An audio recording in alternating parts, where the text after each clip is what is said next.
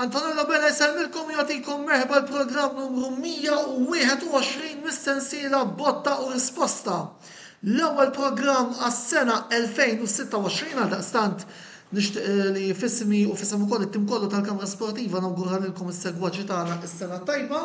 Sena mimlija xandir, sena mimlija attivitajiet sportivi u nisperaw tkun sena interessanti bħalma kienet l-2025 fejn jidħol il-programm tal-lum. Għanna diversi temi niddiskutu, edin live infakrukom, fil-fatti ġaqdin raw xi kummenti illi se niddiskutu matul il-programm. Biss ovvjament minn ritjaj tiegħu jista' jagħmel dan fis-sensiel fil-sezzjoni tal-kummenti illi għandna miftuħa għalikom ma l-edha marbuta wkoll ma din ix-xandira biss qabel ma nibdew bħas-soltu naraw għax huma it-temi tal-programm tal-lejla flimkien mal-announcer tagħna Janika Rapinet. Temi ewlenin għall-programm tal-lejla. It-tluq ta' Maresca minn Stamford Bridge. Amorim jitkeċċa fost il-kontroversi. It-tmiem ta' Paolo Zammit bħala coach ta' Sliema Wanderers. Grazzi Janika u Roberto, l-ewwel qed insellim lek is-sena tajba. Tista' tgħid illi bejn Malta u l-Ingilterra f'dan l-aħħar 24 siegħa inqala burdel sħiħ, ovvjament kif rajna fit-temi ħan niddiskutu iżjed il-qudiem. Sellimlek Antonello, nsellem il-mistednin li għandna magħna dawk li kollha isegwuna nagħti is-sena tajba l kulħadd. Dik hija l-ħajja ta' coach, ġifieri min dejjem nuża t-terminu coach from hero to zero. Meta tirbaħ you're a hero, meta r-riżultati ma jiġux kif wieħed ikun jixtieq dejjem il-coach huwa l-problema. Kellna l-każ ta' Paolo Zammit f'Malta, Enzo Maresca u Amorim ġewwa l-Ingilterra apparti li diġà kellna fl-Italja matul il-ġimgħat li għaddew. Ġifieri forsi iktar hija sorpriża it-tmiem ta' Maresca mill-tmiem ta' Amorim għax konninna ngħidu li Amorim qiegħed imdendel fuq tibna u naħseb id-destin tiegħu kien miktub u illum kellna din l-aħbar li forsi ħadd ma stenna wkoll għax ma kienux daqshekk riżultat daqshekk negattivi u rajt fallew punti ma' timijiet li qegħdin fin-naħa t'isfel tal-klassifika. Imma kulħadd jaf li fil-kampjonat Ingliż il-perjodu tal-miliet u l-ewwel tas-sena huwa kemm xejn diffiċli, ġifieri wieħed seta' forsi jifhimha, però min jmexxi l-klabb iddeċida li ibiddel ir-rotta u jneħħi l-coach Portugiż li fl-opinjoni tiegħi ta' from day one żbalja li mar mal-United f'nofs staġun. U minkejja li fis-sajf kellu transfer market xi jagħmel naħseb li xorta waħda t-tim baqa' m'għamilx dik il-qabża fil-livell li wieħed kien jistenna. Fuq Amorim ħan nitkellmu fit-tieni parti tal-programm. Fl-ewwel parti tal-programm suppost se nitkellmu fuq il-logħba Manchester City Chelsea tal-bieraħ nispiċċat fid-dra ta' wieħed b'wieħed imma ċertament il-tkeċċija ta' Maresca se tieħu naqra l-prijorità. Għal dan il-għan illum fuq dil-panel għal din l-ewwel parti tal-programm għandna lill-segretarju tal-Manchester City Supporters Club Malta, Kenneth Caruana, u lil-Lawrence Formosa, il-President ta' Chelsea Supporters Club Malta li nirringrazzja tal-li l-lejla oġobhom jattendu għal dan il-programm. Mela, bil-permess ta' Kenneth ħanibda fuq inevitabilment fuq it-tkeċċija ta' Maresca li kienet appuntu nar fit mill-ġimgħa li għadda wkoll Lawrence qabel xejn sellim lek is-sena tajba lilek u l-membri tal-klabb ta' Chelsea. Bdejtu s-sena billi urejtu l-karta l-ħamra Maresca. Stennejta qabel xejn? Wara il-kummenti tiegħu wara l-logħba tal-Everton f'nofs Diċembru kienet inevitabbli fl-opinjoni tiegħi li l-ġranet ta' Maresca ma' Chelsea kienu limitati. Ma kontx qed nippretendi li se tkun daqshekk malajr fl-ewwel ta' Jannar, ġifieri Chelsea being Chelsea tistenna li jagħmlu xi ħaġa bħal din li jiġi l-ewwel tas-sena u jiddeċiedu li bil-Malti ikeċċu coach. Jiena tajt sal-aħħar ta' Jannar fejn għandna programm fuq 3 kompetizzjonijiet il-Premier League, il-Carling Cup u l-Carabao Cup semi-final u anke Champions League u għad jekk d-disa lobiet li għandna f'Jannar li bażikament ħajtu stampa ċara ta' fejn se jmorru sal-aħħar tal-istaġun. Iċ-Chelsea għat minn hemmhekk jiddeċidu jekk iżommux il-Marska sal-aħħar tas-sena ta' dan l-istaġun jew inkella iwafqux jitterminaw il-kontratt. Pan dak l-aspett kienet sorpriża li Maresca fl-opinjoni tiegħi tneħħa mhijiex daqshekk sorpriża fis-sens li riżultati ma tistax tgħid li ma kellux riżultati tajbin ukoll.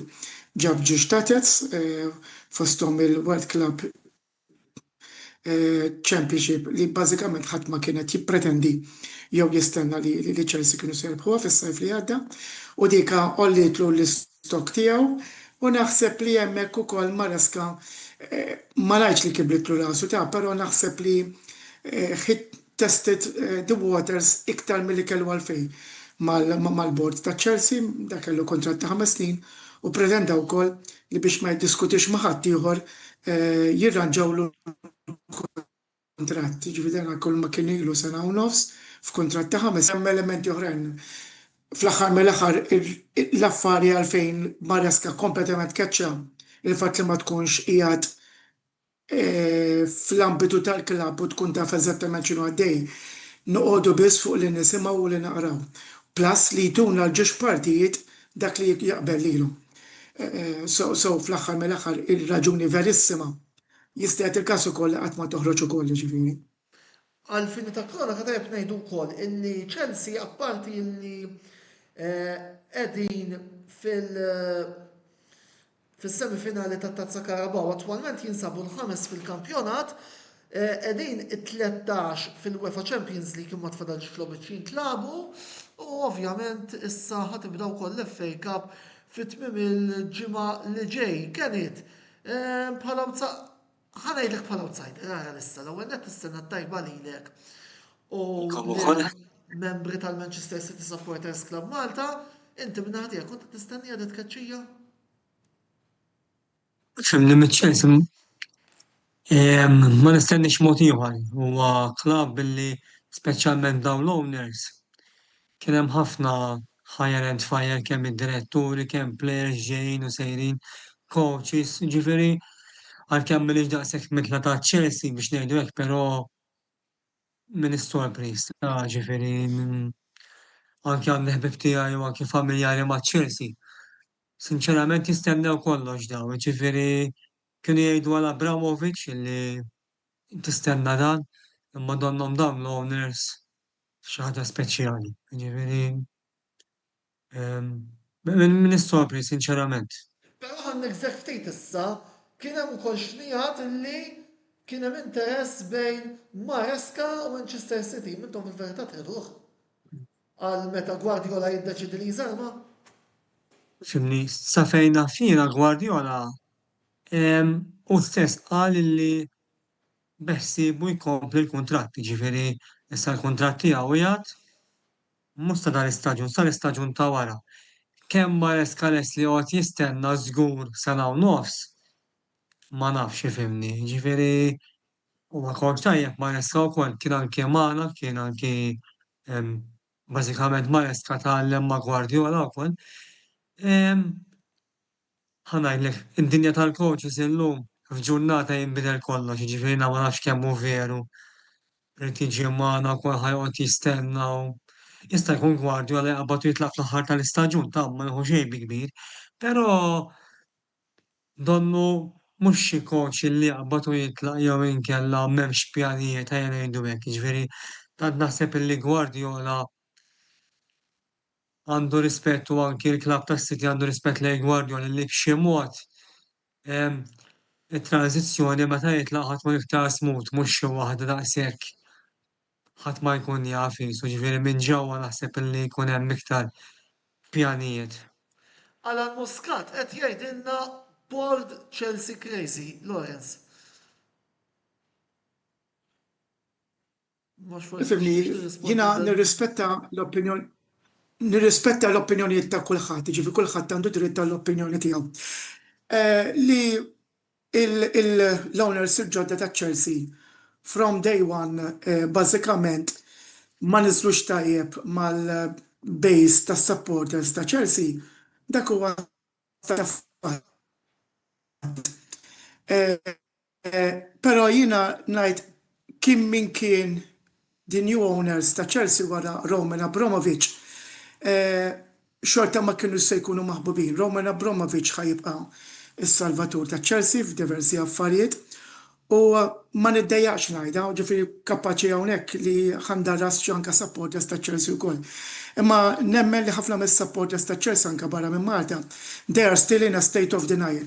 Ġifieri għadhom jittamaw li Roman Abramovich jerġa' lura, Roman Abramovich għamela bl-aktar moċċar li klabb tal-futbol professjonali ieħor mhux se jmiss bidejh, ġifieri wara il-mod kif ġie trattat mill-Gvern Ingliż fuq is-sanzjonijiet li kien hemm fuq il-biċċa xogħol tal-gwerra bejn ir-Russja u l-Ukrajna, notwithstanding li hu kien wieħed mill-medjaturi biex jipprova isolvi l-konflitt. So bażikament ġifieri Roman, ġifieri apparti li kien diġà iċċaħditlu l-viża fit-2017 u hemmhekk kien waqqaf anke milli jinbena l-istadium il-ġdid ġewwa Stamford Bridge. Ġifieri hemm storja bejn il-gvernijiet Ingliżi u Roman Abramovich. So il-fatt li aħna bħala supporters tajjeb li ma ninsewx għax għamel ħafna ġid, imma life must go on and things have changed. Issa bit-tajb u l-ħażin tagħhom dawn l-owners għax il-Gvern Ingliż meta kien hemm is-sanzjonijiet għamel minn kollox biex ifarrak il-klabb ta' Chelsea li kien għalih il-Gvern Ingliż illum Chelsea ma jeżistix. Dawna they ticked all the boxes. Niftakru wkoll li t-tim li kien prepara Roman Abramovich biex jara di transazzjoni kollha u l-beħ tal-klabb. It-tim li kien hemm kien imbotta wkoll biex ikunu propja dawn l-owners biex jieħdu over, jiġifieri dawna affarijiet tajbin għandhom ukoll. Qed jofqu l-flus bla doċċ ngħidlek iva wkoll. Hemm min qed jgħid ukoll li kważi hemm ħassil tal-flus għaddejjin bil-mod ta' kemm qed jinbijaw u jinxtraw players, jiġifieri dik hija xi ħaġa li forsi għadha ma ġietx ipprovata. Istatika stata pitada jkun hemm min dal-punt ikollu raġun ukoll, però bit-tajb il-ħażin dawn kemm il-klabb ta' Chelsea għadu għaddej bis-saħħatek kemm ħajdumu dawn hemmhekk, filmi dawna suppost inqas għandhom 10 snin, għax dak kienu l-obbligu fil-kuntratt li kien hemm, apparti l-aspett finanzjarju. So wieħed irid jara, ġifieri, però iva, hemm bias qawwi għax huma Amerikani u ma jafhmux fil-futbol u ħaġa oħra. Iridu niftakru l-logħba tal-futbol hija konservattiva ħafna u ftit ħafna jiġi aċċettat bdil ta' idejat u ta' affarijiet. L-Amerikani għandhom stil differenti kompletament ta' kif jagħmlu l-affarijiet. Mhux xi ħaġa li fl-Ewropa tinżel tajjeb. Mhux Chelsea biss, klabb oħra li għandhom owners Amerikani, inkluż anke fil-Premier, għaddejjin jew kienu għaddejjin mill-istess affarijiet ukoll, inkluż anke l-Arsenal, sa ftit snin ilu. So bażikament din hija xi ħaġa li wieħed irid jaċċetta u timxi l qudiem.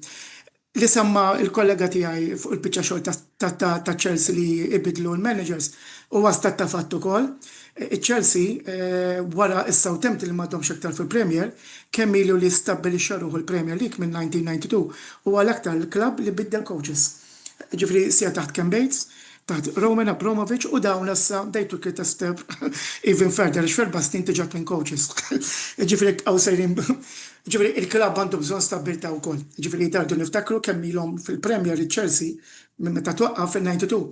Kien hemm ġiex takeovers, ruxma ta' coaches, ruxma ta' players, ġifieri hemm bżonn ta' stabbiltà wkoll bażikament. Issa jekk ussejtu għandna dawn jew ħadd ieħor wieħed irid jistennew jara. Mela, qed nagħmlu wkoll xi kummenti li minant mela qabel xejn nota ta' servizz il-Cortis Frank Cortis ma nistax nifhem Trump x'għandu x'jaqsam Malcolm Camilleri li qed isaqsina fuq il-Milan dillu m'għandniex pjan li nitkellmu fuq futbol Taljan minħabba l-aħħar aħbarijiet li nqalgħu. Biss biex iwiġbu naqra l-kert żgħar għalfejn taħsbu li Chelsea qegħdin f'din is-sitwazzjoni. Jien naħseb li Lawrence penġa b'mod perfett l-istampa. Jiena fil-fema tiegħi ma kontx qed nistenna li jitkeċċa Maresca, vera li Chelsea ma kinux mal-ewwel mal-pożizzjoni ta' fuq imma they were still kif jgħidu l-Ingliżi in a good run għal post fi Champions League. Ma ninsewx kull probabilità dis-sena l-Ingilterra iddaħħal 5 timijiet. Ma nafx Roberto irġiżit xi ħaġa fuq għad il-kustjoni Maresca qabel ma nitkellmu wkoll fuq il-logħba tal-bieraħ. Nitolbok tixel il-mikrofon, Roberto. Jena, ovvjament, minix segwa ċila ta' Chelsea u laqas ta' Manchester City, pero ovvjament insegwi l-futbol mill-aspet ġenerali. U Maresca niftakru plejer ma' Juventus. U kulħadd jaf il-karattru partikolari li għandu dan il-persuna. Ġifieri niftakar darba minnhom kien skurja gow fid-derbi u għamel is-sinjal tat-toru u kien ħoloq rebus xieħ dakinhar. Ġifieri huwa bniedem outspoken ħafna. Naħseb li huwa coach tajjeb, però forsi anka l-fatt kif rebaħ il-lig il-Championship mal-Leicester. Li mar ma' Chelsea, rebaħ żewġ tazzi, naħseb dik forsi li go tiegħu anka bil-karattru li għandu hu, naħseb hemmhekk nefħet xi ftit. U forsi managers li jkunu ma' ċertu clubs partikolari naħseb li tajjeb jekk iżommu saqajhom mal-art minkejja s-suċċess li jistgħu jiksbu. Issa ovvjament ix-xnijat li ġie approċċjat minn Manchester City biex eventwalment jieħu over minn Guardiola dawn l-affarijiet ma nafhomx. Huma biex xnijat li forsi anke ntefgħu biex jitfgħu aktar petrol fuq il-fjamma li kien hemm diġà bejniethom. Però d-dikjarazzjonijiet li għamel wara l-partita li semma Lawrence naħseb kienu sinjal ċar li l-relazzjoni tiegħu mal-owners ta' Chelsea hemmhekk kienet mitmuma u ovvjament kienet xi ħaġa ta' ftit ġranet biex eventwalment huwa jitneħħa mill-kariga. Però naħseb li l-karattru tiegħu affettwa wkoll anke bħala relationship meta jkun hemm coaches li jkunu outspoken pereżempju minn Mourinho. Kemm il-darba jispiċċa da minkejja li jġib riżultati pożittivi jitneħħa għax ċertu diskors min imexxi l-klabs ma jewx pjaċir. Jiena ħanagħti eżempju wieħed ħammur lura fl-antik. Kenna coach bħal Brian Clough li da kien outspoken galore, kien ikun mistieden apposta fuq programmi biex jitkellem fuq il-futbol in ġenerali. U pereżempju meta kien wassal id-Derby County biex jirbu l-ewwel kampjonat fl-istorja tagħhom, hemm xorta waħda mbagħad spiċċa kellu jitlaq għax ovvjament ir-relazzjoni maċ-chairman ta' dak iż-żmien kienet iddeterjorat minħabba l-kummenti li kien jagħtihu fil-medja. Issa dak iż-żmien mhux bħallum, la kien hemm social media, la kien hemm it-televiżjonijiet li kien hemm illum. Jiġifieri dak iż-żmien kienu ftit limitati, però xorta waħda kien affettwa u ħoloq asma minkejja s-suċċess li kien kiseb. Mela, u issa qed jissemma Rose Najer li attwalment qiegħed ma' Strasbourg. Mhux il-coach li għandu ħafna esperjenza, però kif rajna anke f'diversi kampjonati oħra, il-fatt li jkollok coach virtwalment mhux magħruf taf ma tkunx daqshekk ta' peace, Lawrence. Ftit ħafna naf fuq Rose Senior jiena, bażikament, però jidher li he is held in high regard sija mal-ġerarkija tal-klabb ta' Chelsea. Però anke mill-ftit li qrajt dal-aħħar 3 ijiem media independenti u anke minn ċertu players li ħadmu taħtu jew inkella miegħu fosthom anke Wayne Rooney. U apparentement anka llum, ġifieri rajt snippet żgħir apparentement anka Jurgen Klopp u kien hemm xi coach ieħor ta' ċertu portata ma stax niftakar x'ismu li wkoll ġifieri ifaħru wkoll. Però then again, iċ-Chelsea huwa animal differenti. Ġifieri issa imdorrin il għaliex we have been spoiled rotten taħt Roman Abramovich li għall-onuri kollha sija domestikament u anka fl-Ewropa. So anything less will be not accepted. Ġifieri kważi the end justifies the means, fis-sens immaterjali ta' kif ikun il-lob ta' futbol importanti ir-rebħ. U għatajab u għazin jina bħala persuna li nħobb il-futbol pur u daqxejn romantiku fejtħol il-futbol najt l-ewwel isbaħ huwa il-futbol b'mod li jpaxxilajn iktar mir-riżultat. Imma here we're talking elite football u il-riżultat huwa kollox. U supporters dak li jridu bażikament. So kemm ħajtuh ċans jew kemm ħajadatta għax dan m'għandux dressing room faċli laqqas ġifieri, m'għandux board li ħajmexxih faċli wkoll. So bażikament whether he will be out of his depth jew le, jekk ħajjispiċċaw għaliex s'issa m'hemm xejn konfermat. Wieħed irid jistenna u jara bażikament li żgur jekk ħajkunu Jannar ġifieri se jkollu kif jgħidu l-Ingliżi ebeb tisim affarijiet għaliex tmien logħbiet issa, tliet trophies differenti u wieħed ħajħu stampa ċara ta' dan il-persuna se jsarraf jew le. Sama wis, mela narkif jew naqra l-kwistjoni Maresca f'dan l-aħħar xar minuti illi fadlilna qabel ma nidħlu għall-item li jmiss li għandna fuq l-aġenda. Qed nara wkoll xi ftit ta' diskussjoni fuq it-tazza tan-Nazzjonijiet Afrikani, jidher li n-Niġerja skont Melkin Tabone qiegħda tlieta b'xejn minn fuq fil-logħba li qed jilagħbu ta' l-AFCON, qed jgħidilna wkoll li mid-Championship Leicester City qegħdin wieħed b'xejn minn fuq ma' West Bromwich Albion. Infatti l-logħba tan-Niġerja li qed isemmi hija logħba kontra il-Mozambik, logħba mill-kwarti anzi logħba mit-tieni round ta' tazza Afrikana. Għandna wkoll naraw xi ftit għandna wkoll xi ftit kummenti fuq Manchester United li ħanitkellmu fuqha fit-tieni parti tal-programm. Mela, nitkellmu fuq l-logħba tal-bieraħ. Manchester City Chelsea 1-1. Nixtieq li forsi nieħu round mingħand it-tlieta li intom kienet l-ewwel Roberto u mbagħad Lawrence fuq il-logħba, hekk jogħġobkom. Ġejna dru. Inkonsistenti, logħob illi half time mod u half time mod ieħor. Normalment l-ewwel half ikun kwiet u mbagħad it-tieni half inqumu. Dal-aħħar żewġ logħbiet ma' Sunderland fl-ewwel half kwieti ħafna konna fit-tieni half kellhom 6 players qegħdin fl-African Cup is-Sunderland u ma rnexxinix niskunjaw. Ġejna ma' Chelsea l-ewwel half konna tista' tgħid fuqhom il-qatna l-lasta ħloqna chances. Mhux wieħed ma tagħmilna gol sabiħ. Ġejna fit-tieni half għala l-estevaw kważi bejn ngħid x'inhu jagħmel dal-coach taqlab plejer bħal dak ma daħal midfielder bidel il-logħba u l-ewwel Neto kellu ċans kbir u mbagħad Palmer u mbagħad wasal il-gol.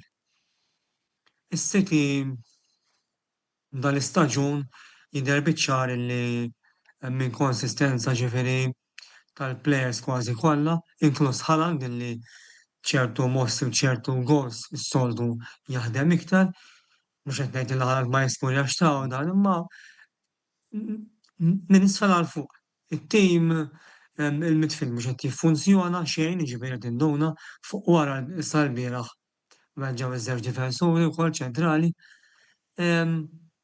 Ġejna draw u m'hemmx tagħmel. Roberto. Jiena naħseb li s-City kellhom jalqu l-logħba fl-ewwel half. Jiġifieri kieku daħlu 2 b'xejn jew 3 b'xejn minn fuq ma naħsibx li kienu jisirqu xi ħaġa, però ovvjament il-fatt li sa 90 minuta u għadek ma laqx il-logħba dak kien nuqqas kbir min-naħa tat-tim ta' Guardiola. Chelsea fl-ewwel ħaf naħseb li batew ħafna. Kienu nista' ngħid fortunati li daħlu jistrieħu hekk xejn, però fit-tieni ħaf tranġaw sew. Naħseb il-half time team talk kienet waħda pożittiva u ħallit impatt pożittiv fuq il-players u fl-aħħar mill-aħħar għal dak li ħolqu fit-tieni ħaf Chelsea u anke nuqqasijiet min-naħa ta' Manchester City naħseb li mbagħad ir-riżultat tad-draw wieħed ma jistax jgħid li Chelsea serqu xi ħaġa. Però li kieku City imqars kull jew it-tieni gow fl-ewwel ħaf naħseb hemmhekk l-andament tal-logħba kien ikun totalment differenti. Lawrence? Bażikament kif qalu l-kollegi, kienet logħba ġifieri kif intax ġara 3 ijiem ta' qabel plus ukoll bit-tim li kellna fil-pitch minħabba li kellna prattikament bħal Cucurella, Sanchez u Caicedo nieqsin. It was a limitation exercise, għat jek noħorġu bit-2-3 inkun kontentu ma jġux umiljati. U kif kien l-andament tal-ewwel ħaf, ġifieri għat il-logħba l-hemmhekk sejra, daħlu s-City web xejn, setgħu għalqu l-logħba wkoll vera, ma t-tieni ħaf issa bażikament is-City komplu jinfetħu u bażikament Alla jilliberana minn xi golejada. Però kif qed semmejtu tajjeb, there was a tactical tweak ukoll, fis-sens li biddel neħħa l-Estavaw li sa dak il-ħin kemm u anke Neto aktar kienu tracking back milli offensivi, miflok l-berba fuq wara lab b'5 prattikament għax 3 u mbagħad bil-ġiex wing backs, Neto tefgħu left full back kważi u javvanza bħala wing back. Ġiet ċans ta' Neto fallih, però mela ħanet il-fuq xejn, at least ma ġejniex umiljati. Però mbagħad ġie l-ballon tal-aħħar. Ġifieri punt merbuħ, vera ma sraqna xejn, però kienet logħba li anke bħala logħba fiha nnifisha. Minn ġiex timijiet ta' dak il-livell u b'dawk il-plejers ta' dak il-livell, il-futbol li ntwera kien medjokri wkoll u kien hemm faqar ta' futbol ukoll.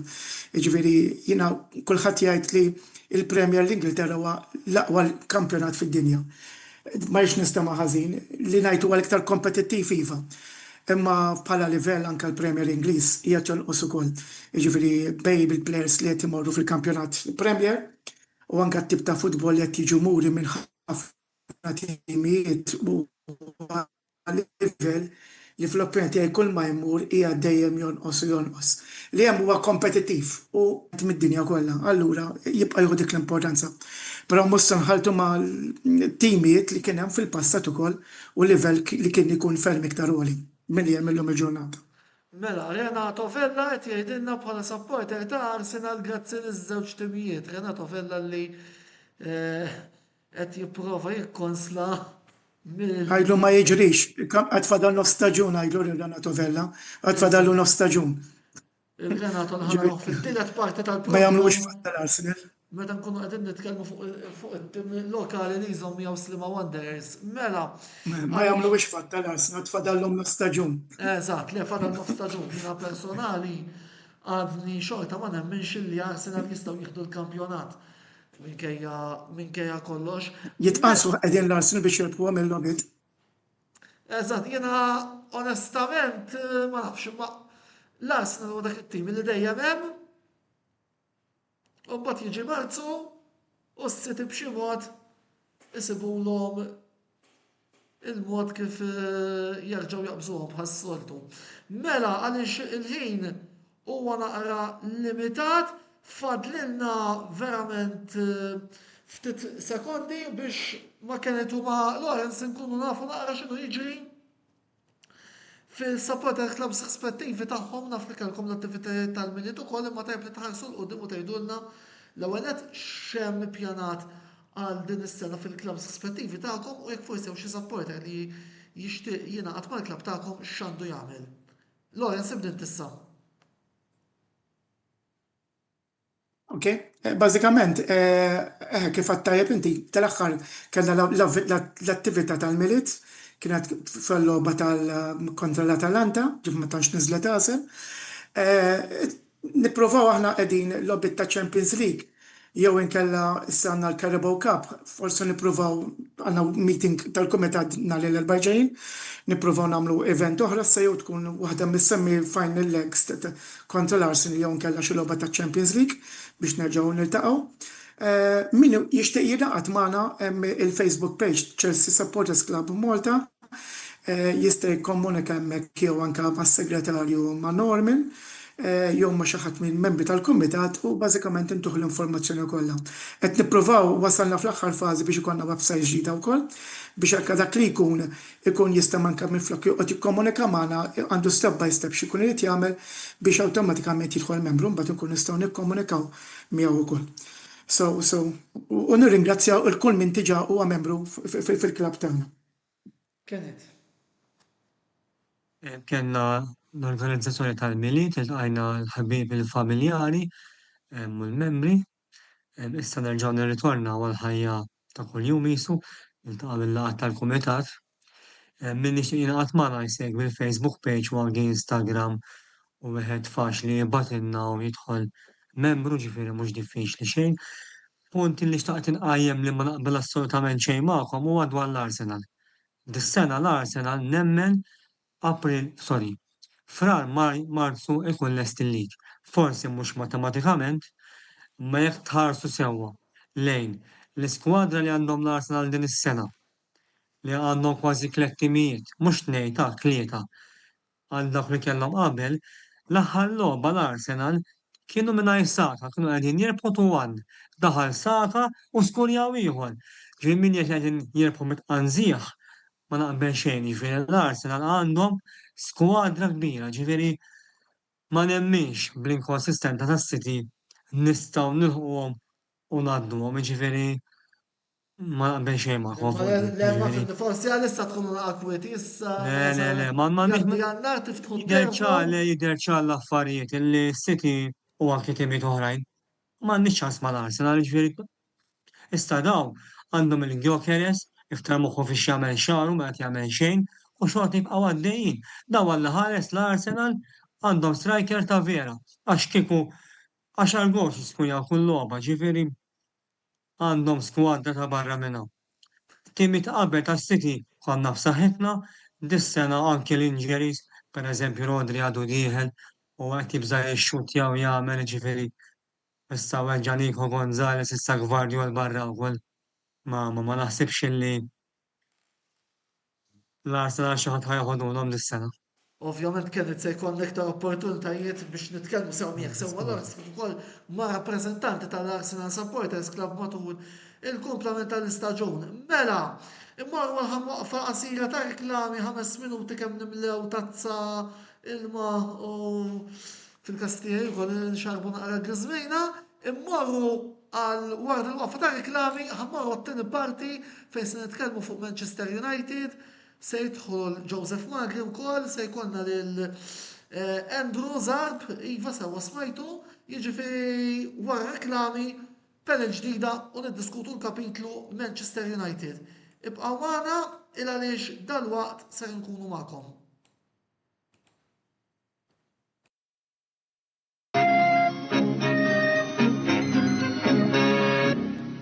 L-aqwa esperjenza lokali fuq eabet.com.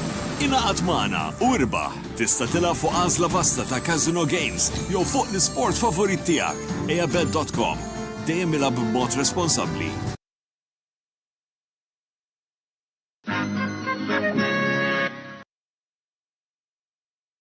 Wasal eluq żmien ommok, missierek, jew xi ħadd minn tal-familja, għandek xi okkażjoni jew xi attività mal-ħbieb u trid issib restorant tajjeb bikel ġenwin u prezzijiet qalbut ta' kulħadd, post wieħed għandek issib El-Katalan tax-Xajra fejn issib għażla vasta ta' pizza, pasta, grills u għaġin f'atmosfera b'element familjari. Għal bookings ċempel fuq 21-800-997 jew żur is-sit tagħna għal iżjed informazzjoni. El-Katalan, il-ristorant għalik.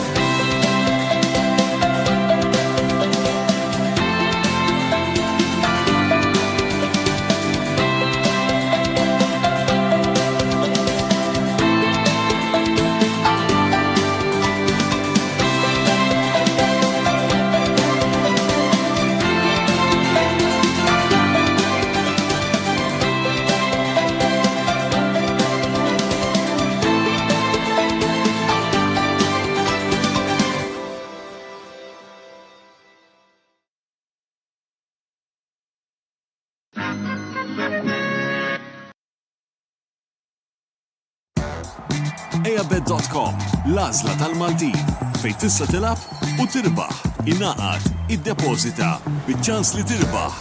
Eabet.com, dejjem ilab b'mod responsabbli.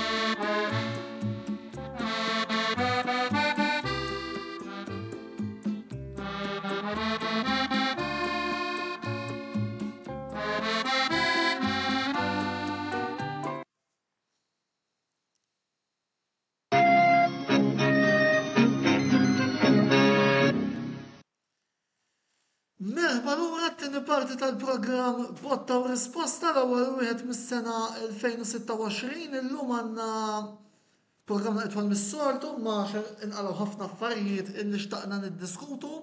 Panel kompletament ġdida, apparti Roberto l-ewwel nett is-sena tajba lilek Joseph. Issa tajba lilek, issa tajba Roberto u l-leru ukoll. U din id-darba maħniex ħanitkellmu fuq Formula wieħed għall-inqasal issa, però ċirkostanzi kurrenti ġaluni naqla mill-lif lill-Andrew Zarb illi huwa wkoll supporter ta' Manchester United għal daqstant. Andrew l-ewwel is-sena tajba lilek. Is-sena tajba lilek ta' ieħor Antonello, is-sena tajba lil Roberto, anke lil Joseph u lil kumminet segwina naturalment. U grazzi tal-lejla oġbok tingħaqad magħna għal dawn il-25 minuta li għandna disponibbli. Dal-għodu tkeċċa Ruben Amorim minn manager ta' Manchester United u ovvjament din kienet waħda mill-affarijiet li bil-fors ovvjament kellna ndaħlu fil-programm tal-lum għal daqstant. Andrew, kont qed tistennija di tkeċċija, ħanibdew minnha qabel ma nħu round. Forsi mhux daqshekk malajr iżda m'iniex sorpriż li tkeċċa wara il-kummenti li qal il-bieraħ fil-konferenza stampa li ta' wara l-logħba li kellna l-bieraħ kontra Leeds. Jiġifieri fil-verità mhix daqshekk sorprendenti għalija il-fatt li tkeċċa. Stennejta tiġri mill-bieraħ għallum, forsi le, ma x'inrajt dawk il-kummenti il-bieraħ sart li ma tantx ħajdu miżjed fil-kariga u jidher li dak li b'sart kelli raġun fuq. Jiena ħalli nidħol ndaħħal naqa' Roberto f'dil kustjoni u Roberto se jifhimni mill-ewwel. X'senjiet għax ovvjament huwa tal-istess age gap tiegħi u żgur li dal-episodju se jiftakru żgur. Jiena l-iżvok li rajt il-bieraħ ta' Amorim fakkarni ħafna fl-iżvok li kien għamel Marcello Lippi fis-sena 2000 wara l-famuża Reġġina Inter meta kien qallhom jien kien nkaċċi il-coach u ndendel il-plejers untihom bis-sieq. Ovvjament, isu t-tort id-darba Amorim ma jgħidx tieħ il-plejers imma rrid tieħ iktar il-fuq. Imma ħanu reazzjoni ta' Roberto ta' Joseph fuq l-ewwel fuq nitkaċċija qabel ma nidħlu fiktar dettall. Roberto, bda inti mbagħad ikompli Joseph. Jina anka kif tkellimna l-ewwel fil-każ ta' Maresca, ġifieri meta coach jgħimu jitkellem hekk ikun qed juri li mxebbaw. M'hemmx spjegazzjoni oħra. Jiena lija flok għallhom isma' ħan nirriżenja tom kollox fuq platt tad-deb biex jkeċċuh. Inti l-każ li semmejt inti tal-Lippi. Jien niftakru ċari ġifieri ovvjament dak kien l-istess. Flok mar fuq Moratti qallu isma' għandek ir-riżenja tiegħi għallu indirettament keċċini. Għax inti ovvjament tefalu l-ballum f'saqa li pas biex jismak ma jkeċċiex. Ikun ma jkunx president tajjeb u naħseb daw iż-żewġ każijiet li kellna fl-Ingilterra. Li kellna fl-Ingilterra X'inhuwa? Mela, okej, tista' tkompli. Le, speċi flok imur jagħti r-riżenja biex ma jitlifx il-flus tal-kuntratt. jgħid dawk il-kummenti billi eventwalment ma jħallux għażla oħra li jitkeċċa. Ġifieri, però jiena ta' Amorim ma naħsibx li kienet biss riżultat tad-dikjarazzjonijiet li għamel il-bieraħ. Jiena jekk iridu nkunu suġġettivi, jiena qed from day one. Roberto, ħalli nieħdu l-ewwel kummenti. All right. Ħalli nisma' ta' Joseph ukoll fuq għad il-biċċa tax-xogħol. Joseph. Le, kif qalu tajjeb sħabi Roberto u Andrew, ovvjament, kulħadd, bażikament jiena onestament ma rajtux però kelli kont qiegħed komponent ħbib tema l-United u kif qagħda dak il-kumment kulħadd qalu li da ma tantx baqalu hemm, ġifieri bażikament kif qal tajjeb Roberto, qisu kien imxebba u Tom u ħanejlek Tom il-ballun saqajhom biex letteralment keċċuh, però jekk mbagħad wieħed jara kummenti jew li rajtin, jekk rajt eżempju llum 10 kummenti, 8 minnhom kienu kontra id-deċiżjoni li għamlet id-diriġenza ta' Manchester United. Rridu nfakru li dak kull ma kien ilu sena hemmhekk minn Jannar li għadda minn is-sejjer żball. Minn Novembru. Novembru ta' mhux li għadda kemm għaddiet, Novembru ta' 14 ġifieri għamel 14 xahar, ġifieri hu kien hemm min qal dan kien qiegħed jibni l-natim. Però irrid ngħid ħaġa li ħanajt ġifieri fuq United iridu nifhmu li mid-2010 21 lawk minn is-sejjer żball Mourinho, Solskjaer, Rangnick, Ten Hag u Amorim ġifieri daw f'temp ta' 4 snin 5 coaches ġifieri naħseb ħalli inti l-ewwel semmejt mhux ħanitlu fil-Formula 1, ħaniddevja naqra u ħanejt komment li ħejġu Antonello. Forsi, di il-United qed jagħmlu bħalma jagħmlu t-tim li nżommija u jiena fil-Formula 1 il-Ferrari, jekk iġibu xi ħadd u ma jerbaħx mill-ewwel qegħdin ikeċċuh. Naħseb jiena Man United naħseb mhux jagħtu ċans biżżejjed fil-każ ta' Amorim. Fuq ċirkostanzi oħra naħseb illi. Ngħidu kollox. Fil-fatt anki hawnhekk fuq il-kummenti, Malcolm Camilleri ma jaqbilx ma tkeċċija ta' Amorim, għandna wkoll qed naqra ftit kummenti Gerd Zarb fl-aħħar keċċew, ifhimni. Jiena llum rajt statistika li naħseb il-Lendru tinkwitaħ żgur 31% tal-lobit ta' Amorim issarfu bisfrebħ illi mhuwiex rekord ta' Manchester United, Les, irħafna u minn daqshekk meta ħares lej tabella semmi statistiċi tal-Premier League minn Amorim over. Ħan eskludi t-timiet li waqgħu telgħu daw l-aħħar sena. Minn 17 tim li dejjem kienu fil-Premier League minn Amorim over, United qegħdin xi-14. 3 bissar minnhom jekk rajt sew il-Wolves li kif nafu jinsabu fil-klassifika dis-sena, il-West Ham li tajb ngħidu qegħdin fir-relegation zone ukoll dis-sena u t-Tottenham li kellu staġun ħażin ħafna l-istaġun li għadda taħt Postecoglou meta jidħol il-lig. Jiġifieri riżultati ma tantx tista' tgħid kienu hemm. Jiena l-inkwitt tiegħi biex ngħid hekk il-klabb biex ngħidha bl-Ingliż back to square one qiegħed. Jiġifieri issa nitkellmu aktar tard quddiem imma reġa' qiegħed situazzjoni. Andrew jiena naħseb ir-realtà hija illi naħseb dement kif nitkellem ma' sħabi tal-United, dement illi hemm nies fid-diriġenza li ħajibqgħu b'ċertu naħseb power nemmen illi diffiċli biex naraw il-klabb tal-United għal dak li xi darba kien. Li fil-verità li hija ħasra wieħed mit-tim storiċi fid-dinja li għal min ma jafx huwa l-ikbar brand fid-dinja l-United qiegħed f'dan l-istadju, ġifieri għax riżorsi hemm. Players naħseb ta' ċertu livell hemm. Però rridu ngħidu ħaġa oħra li kemm il-darba qala wkoll sieħbi Roberto di naħseb wieħed mill-iżballi se niddefendejdu l-Amorim, però wieħed mill-iżballi li jagħmel hija l-sistema li abbija fil-Portugal provaj daħħalha fl-Ingilterra illi żgur mhix ħataħdem dik. Naħseb. Roberto naħseb apparti s-sistema forsi tista' tgħid żbaljata jew l-inflessibilità tiegħu il-ħaġa li jgħid dis-sistema kosta kollox. Laqas il-Papa ma jġalli nbiddilha tipo qal darba f'konferenza stampa. Dik probabbli kienet waħda mill-fatturi għalfejn tista' tgħid ma kienx suċċess overall ma' United. Ħanajt hekk. Roberto elaborate.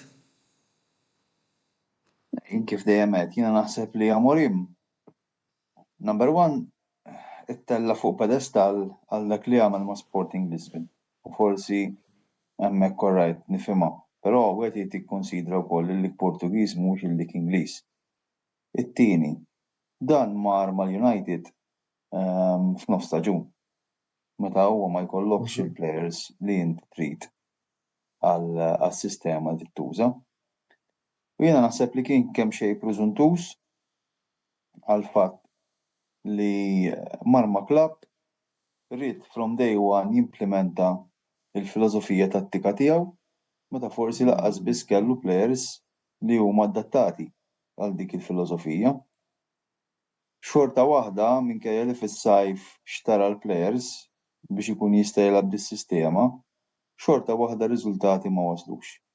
Allura hemmhekk il-problema hemmhekk jidħolu għax coach tajjeb huwa dak li anke ikollu bibja fuq xi jimxi fuqha, jekk jara li x-xogħol mhux irendi, jrid ikun kapaċi ibiddel u jieħu l-aħjar mill-players li għandu fl-iskwadra tiegħu.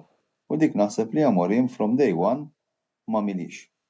Allura, inevitabbli l-outcome, jiena kont ngħid li da xi darba ħajitneħħa. Issa seta' mar mal-Manchester City, seta' mar mal-Arsenal. Li baqa' jilgħab dis-sistema meta inti mhux irrendilek, hemmhekk turi li inti bidem preżuntuż. Jew inkella m'intix coach ta' livell.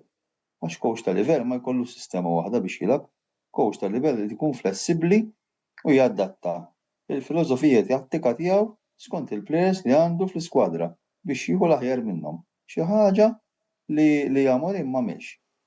U bħala ħansejħlek hekk, it-tattiku tat-tim tagħna, inti kif kont tniżżilhom United fis-sitwazzjoni attwali? Ma rridux ninsew li bħalissa Manchester United għandhom diversi players indisponibbli u wkoll players oħrajn bħal Mbeumo illi jinsabu fl-Afcon. Ngħidlek jiena anke l-fatt li beda jilgħab pereżempju Bruno Fernandes bħala holding midfielder. Bruno Fernandes huwa midfielder offensiv mhux difensiv. Sar ħilu li beda jilgħab tajjeb, jiġifieri, imma pereżempju bħal Ugarte. Ugarte huwa player difensiv jingħalija tajjeb, imma ma bedix jużah. Casemiro kemm il-darba rid ineħħih u mbagħad spiċċa jilagħbu għax ma kellux option oħra. U anke turi l-inkonsistenza fid-dressing room li kellu.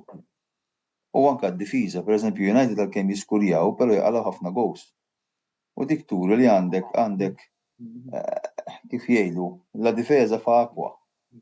Allura hemmhekk tittirranġa. Jiena kieku kont nilgħab b'4-2-3-1. U naħseb kellu players biex jilagħbu dik is-sistema, però meta inti tibqa' twebbes rasek u mbagħad taqta' l-frott tal-ebusija li jkollok.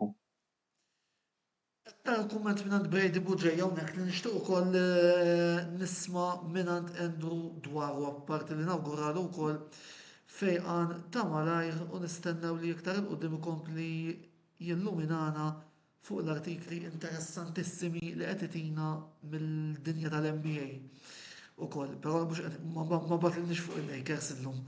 Mela, batilna fuq United qed jgħidilna biżgħar timing ta' tkeċċija, stats negattivi u dekonġerija, nuqqas ta' kooperazzjoni mill-bord. Ma tantx jidru sbieħ l-affarijiet tal-futur, Andrew. Jiena kif isniet qabel back to square one l-affarijiet ġifieri.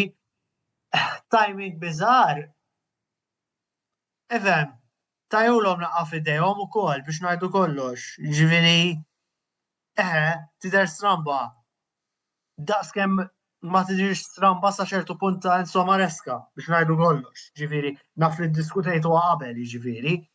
Jiġifieri biżgħar ma tajtx iċċaqċqet għal xejn, anzi l-istejjer li qrajt minn sorsi affidabbli ħafna fl-Ingilterra jingħad li kien hemm xi laqgħa nhar il-ġimgħa bejn u diriġenti u mid-dera taw xi opinjonijiet u mid-dera sploda waħda sew, Amorim tilifa totali, ġifieri kien hemm breakdown assolut fir-relazzjoni u Jidher li kienet parti għal fej waslet għal dak li ġara l-lum.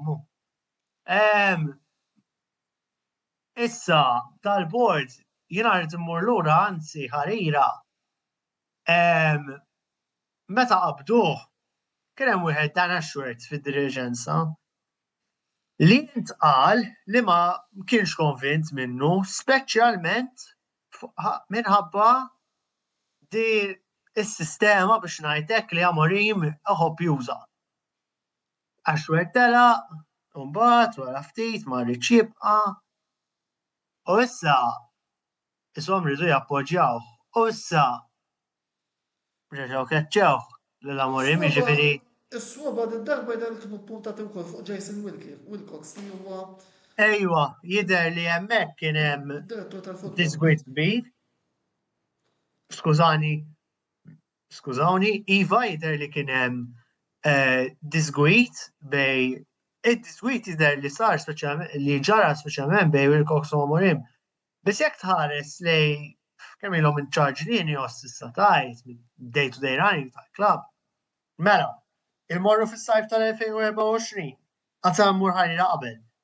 Erik ten Hag fis-staġun ta' qabel kellu staġun diżappuntanti ħafna ngħidu kif inhi minkejja li ħadna l-FA Cup kontra l-Manchester City fil-final. Ġejta hemm xnijat enormi li ħajtkeċċa. In the end il-klabb iddeċida ma jkeċċiex. Mhux talli hekk, talli fl-Lulju tal-2024 tħabbar li iġġeddidlu l-kuntratt sa Ġunju ta' dis-sena propja. All right, tajtu l-fiduċja. Meta kemm kien jistħoqlu ġa jista' jkollok dibattitu fuqu. Bdejna l-istaġun. Ma bdewx tajjeb, United ma kienx bidu tajjeb. Ottubru neħħejtu da. Daħalt, ma nagħtux każ Van Nistelrooy li għamel 4 logħbiet biex tista' tgħid sott it-toqob. Ġejt b'Amorim, jidher li kien hemm ġa disgwit fil-bord fuq biex iqabdu. Dak li ma qabilx għalhekk telaq. U issa ġejtaw appoġġjajtu fis-sajf. Ġa ma tantx kellu kredibilta l-istaġun li għadda, ngħiduha kif inhi. Għalkemm ma daħlux fl-Ewropa, tilfu fl-Europa League Final kontra tim ta' Tottenham li kien veru fqir, ngħiduha kif inhi final. Medjokri għall-aħħar, etta inti flokketta jiena. U l-istaġun 15 post fiċ-Ċina, l-ar staġun ta' fl-istorja ta' dan almenu fl-era tal-Premier League ħanajtek għax ġiri l-klabb sofra relegations fil-passat. L-ar staġun b'mil jiġifieri biex qabżu l-40 punt fl-aħħar biżna l-40 punt fl-aħħar logħba. Taf x'qed tgħid. Jiġifieri il-faqar ġa kienet fqira, ġa jintqal tajjeb li kienet jikkonsidra jneħħi l-Amorim fl-aħħar tal-istaġun li għadda. Jidher li l-klabb iddeċida jibqa' miegħu. U insomma, dak l-istaġun ħarira aħjar mis-sena l-oħra, imma frankament is-sena l-oħra il-livell tant kien baxx li ma kienx tqil, tmur aħjar minn l-istaġun li għadda, u issa ġejtaw. Jiġifieri ilna naraw deċiżjonijiet żbaljati minn dal-ownership, ma tantx tista' tgħid ħadu deċiżjonijiet almenu fejn jidħol tmexxija management u tat-tim li kienu tajbin, li kienu ta' suċċess. Jiġifieri le, il-futur ma tantx jipprometti, ngħidu hekk. Andrew, jiena naħseb minn kif qed nara r-rol ta' Manchester United mindu tala Alex Ferguson. Sewwa. Naħseb il-United dejjem kien dak it-tim li dejjem niżel skala l-isfel. Żgur. Issa jiena kif qed nara s-sitwazzjoni jiena, mela wara Ferguson niftakru kien ġie kun żball David Moyes. Sewwa? Iva. U mbagħad Van Gaal? Iva. Wara Van Gaal Mourinho? Jew Iva, Mourinho u mbagħad. Ora l-Europa League li kienet Ora bħal Europa League. Solskjaer U Solskjaer, Ragnik, Ten Hag u Sammon, ġifieri daw minn fi 11 sena, 7 coaches. Użur. Jista' jkun li forsi qed nara jien għax ma tistax tgħid illi mhux isir investiment fil-klabb għax meta ġibu coaches il min iridu qed titħulu. Ten Hag meta rid il-Casemiro ġabulu, meta rid il-Letni ġabulu, Amorim rid il-Lugarte ġabulu, rid il. Le, biex nagħmel korrezzjoni parentesi żgħira biss fuq Ugarte attwalment ġie firmat taħt Ten Hag. Ten Hag, sorry, għandek raġun. Ten Hag. Eżatt. Zirgżet taħt Ten Hag, ridu uħu tawulu. Eżatt. Jiena naħseb illi forsi miftit esperjenza l-għandi, il-problema f'United qiegħda illi aħna tajnik li trid, però inti issa għandek l-obbligu li trabbaħ tazzi. Kif hekk għandu jkun. Però naħseb qed issir ċertu pressure minn naħa ta' tmexxija fuq il-coaches, naħseb jien.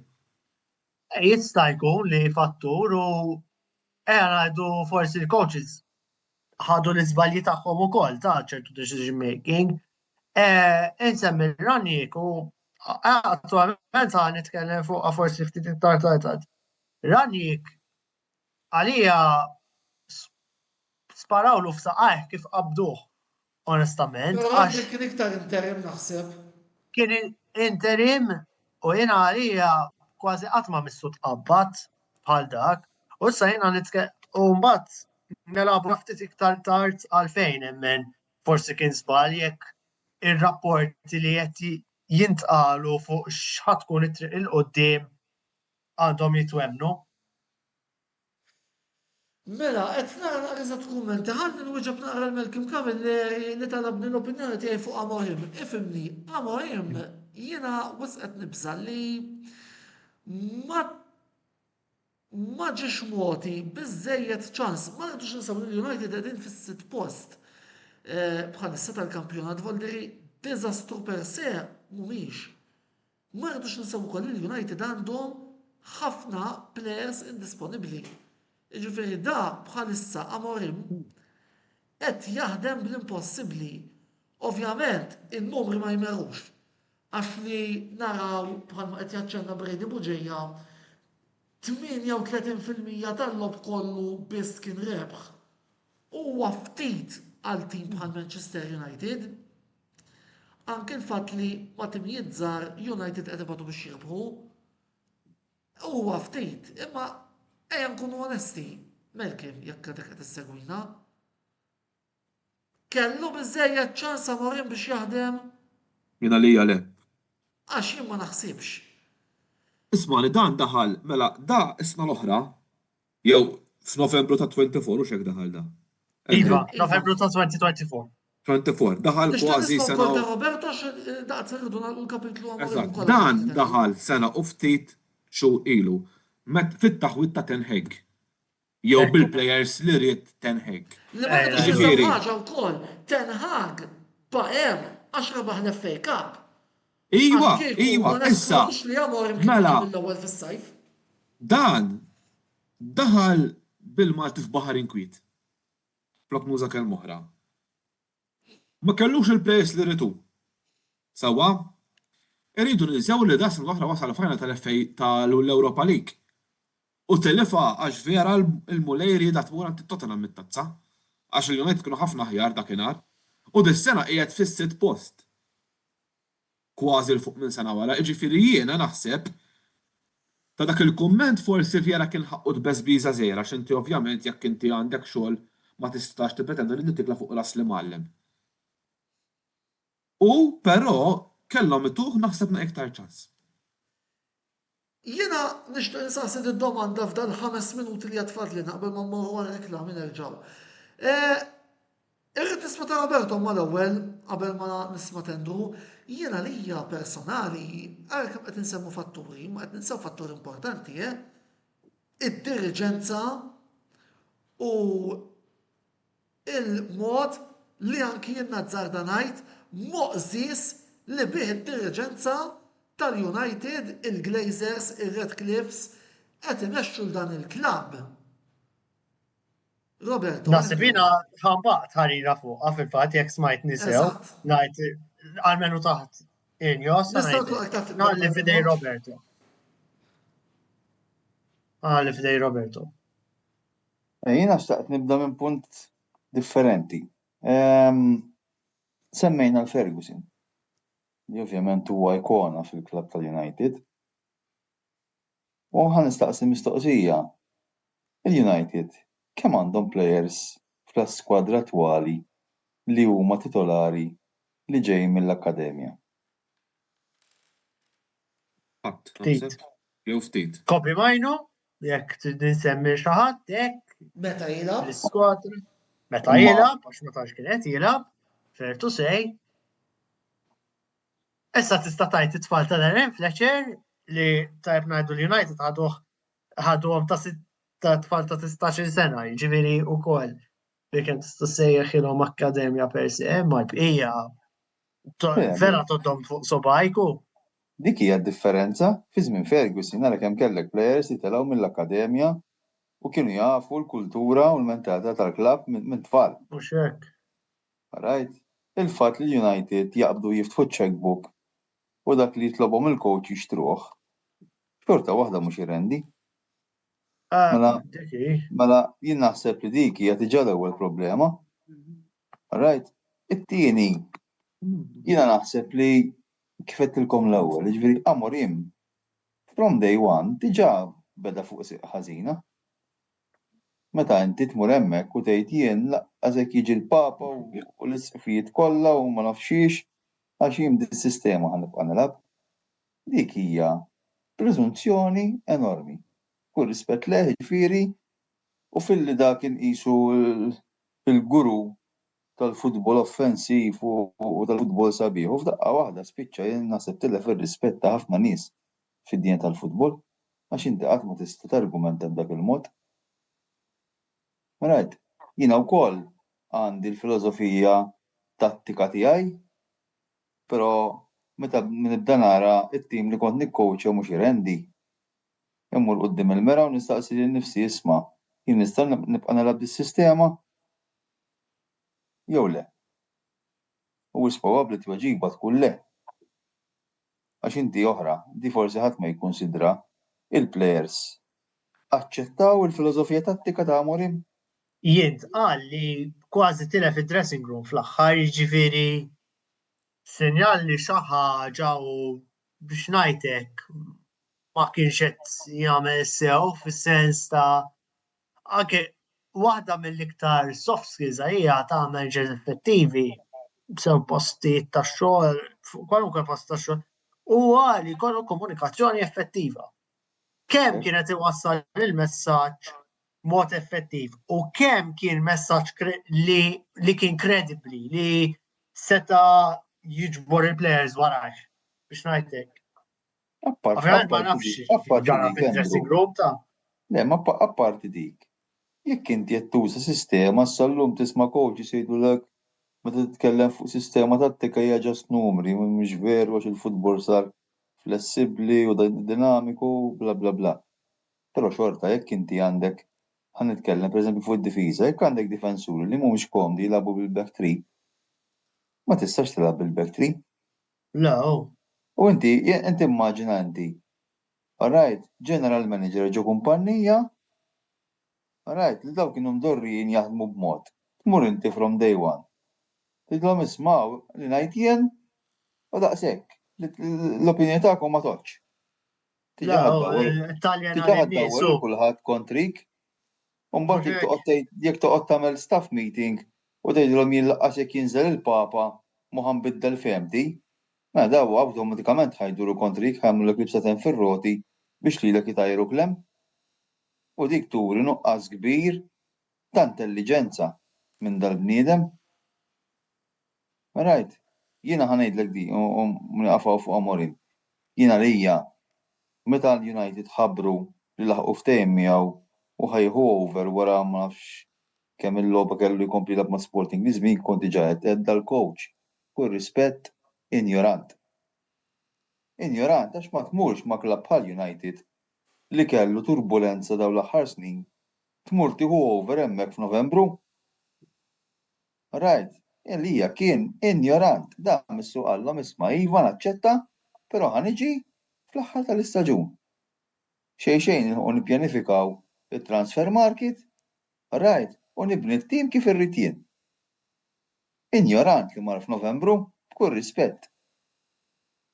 Right, dik diġà turi livell ta' immaturità u coach irid ikun bniedem matur. He has to lead by example. Irid ikun leader fid-dressing room, mhux tmur hemmhekk u qisek biex ma nsemmix xi ħaġa dittatorjali. Right, tmur hemmhekk dittatorjat, idlhom hawn li ngħid jien u daqshekk full stop. Dik mhix healthy. B'kull rispett, kull meta kien hemm coach li kien dittatorjali, falla. Huwa Morim huwa klassiku eżempju ta' coach dittatorjali u coach b'kull rispett ignorant. Mela, jiena nixtieq li nkomplu nitkellmu fuq il-kwistjoni Amorim, imma il-ħin allokat għal din is-sezzjoni skada. Grazzi Roberto illi issa narawk il-ġimgħa d-dieħla. Grazzi wkoll lil-Andrew illi nerġgħu niltaqgħu miegħek għal-ħabta ta' Marzu issa. Jiġri jerġa' jibda l-kampjonat tal-Formula 1. Ma fuq hekk se u ma tinħabbru kif ħanaħdmu hekk. Joseph se jibqa' magħna t-tielet parti tal-programm, se mmorru waqfa qasira ta' reklam. Antonello, minuta waħda Bert. Taf il-minimiskom it-tuhom il-United, il-Jonathan David. Ħanejdlek ġus u ħalli għal Antonello. Jien nemmen li Jonathan David mhuwiex plejer ħażin. U żgur li mhux. Injoġobni għajmin, vera fadal penalti imma. Fil-każ tuhom il-bonnija aħna wkoll. Le, jiena nemmen li hija problema mentali u psikoloġika, right? Kenna players, kenna l-Platini, kenna l-Zidane li batew, meta ġew minn kampjonat differenti, però nsla qabdu. Mbagħad paxxew il-kulħadd. Jiena naħseb li David jekk ituh ċans anke dal-istaġun jekk ma jagħmel xejn, ituh ċans is-season li ġej u jilagħbu b'formation li tkun adattata għalih. Naħseb li isikket bosta nies għax bħalissa ovvjament spiċċa fil-mira tas-supporters tal-Juventus ħabba kif tal-penalty, hemmhekk żbalja kif taħ il-penalty. Għax jiena għandi ċans niskurja ħalli nneħħi l-pressure minn fuqi, kont nifqallu kaxxa ta' sidru l-goler biex xut mhux intihulu ċip biex nitkessaħ, hemmhekk żbalja. Però jien naħseb jekk ituh ċans, David huwa attakkant tajjeb u naħseb ħajsiq issikket bosta nies.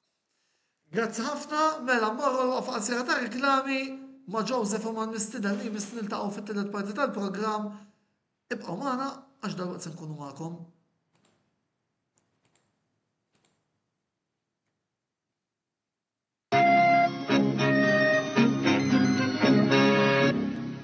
L-aqwa esperjenza lokali fuq eabet.com.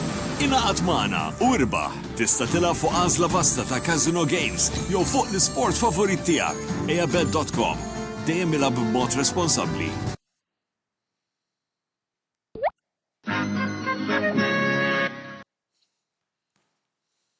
Wasal eluq żmien ommok, missierek, jew xi ħadd minn tal-familja, għandek xi okkażjoni jew xi attività mal-ħbieb u trid issib restorant tajjeb b'ikel ġenwin u prezzijiet qalbut ta' kulħadd, post wieħed għandek issib El-Katalan tax-Xajra fejn issib għażla vasta ta' pizza, pasta, grills u għaġin f'atmosfera b'element familjari.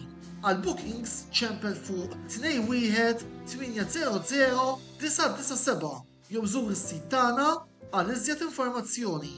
El-Katalan, ir-ristorant għalik.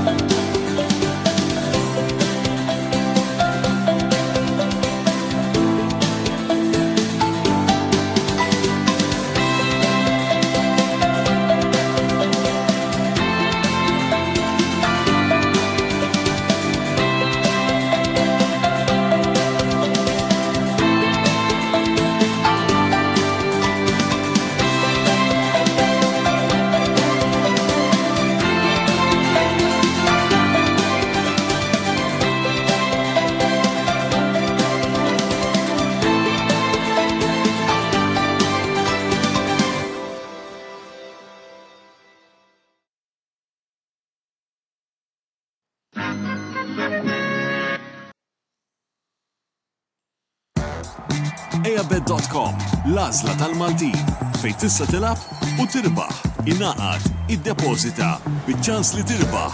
Eabet.com, dejjem ilab b'mod responsabbli.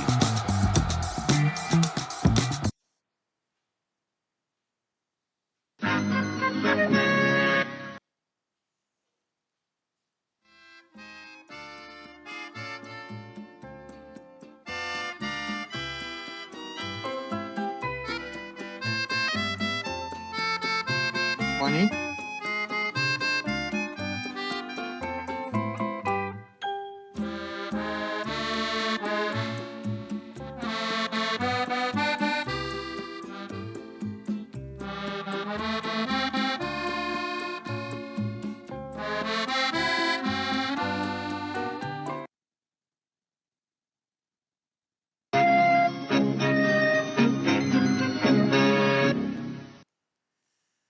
Mela, merħba l-ura t-tilet parti tal-program botta u risposta l-lum kif qed ngħidu għandna program itwal mis-soltu għax apparti li tkeċċa Maresca u tkeċċa Amorim, tkeċċa il-coach tas-Celtic Wilfred Nancy u għaw Malta tkeċċa wkoll il-coach ta' Sliema Wanderers Paolo Zammit u għal dan il-għan illum xi l-5:30 nagħti telefonata lil ħabib tagħna Renato Vella, supporter ta' Sliema, u saqsejtek jistax jidħol jgħaddi kwarta magħna ħanaraw naqax ġara.